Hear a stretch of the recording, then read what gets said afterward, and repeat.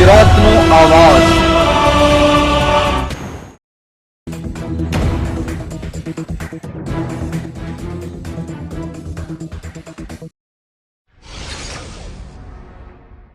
રાજકોટના ધોરાજીના પ્લાસ્ટિકના બંધ કારખાનામાંથી મળી આવેલ માનવ કંકાલને મામલે મોટો ઘટસ્ફોટ થયો। ધોરાજીના નાની પરબડી ગામ પાસેના કારખાનામાંથી મળી આવેલ માનવ કંકાલ પરિણીત મહિલા અને એક બાળકની માતાનું હોવું સામે આવ્યું। મૃત મહિલાના પતિએ નાના ભાઈ સાથે મળી અંદાજે 9 માસ પહેલા પત્નીની હત્યા કરી હતી।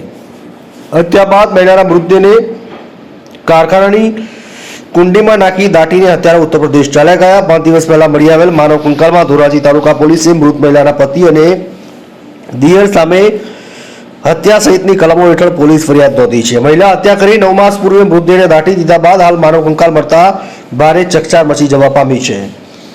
પરપ્રાંતીય મજૂર મહિલાનો પતિ દિયર સાથેના ઘર કંકાસને કારણે હત્યા કરવામાં આવી હોવાની સામે આવી છે માહિતી। હત્યા કરનાર મહિલાના પતિ અને દિયરને પોલીસે ઉત્તર પ્રદેશમાંથી પૂછપરછ માટે લઈ આવ્યા બાદ ભાંડો ફૂટ્યો છે।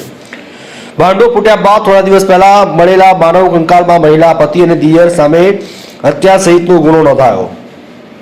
મૃતક મહિલાનું નામ રેશમા દેવી ઉર્ફે સાયરા ઉર્ફે શાંતિ હોવાની માહિતી સામે આવી છે।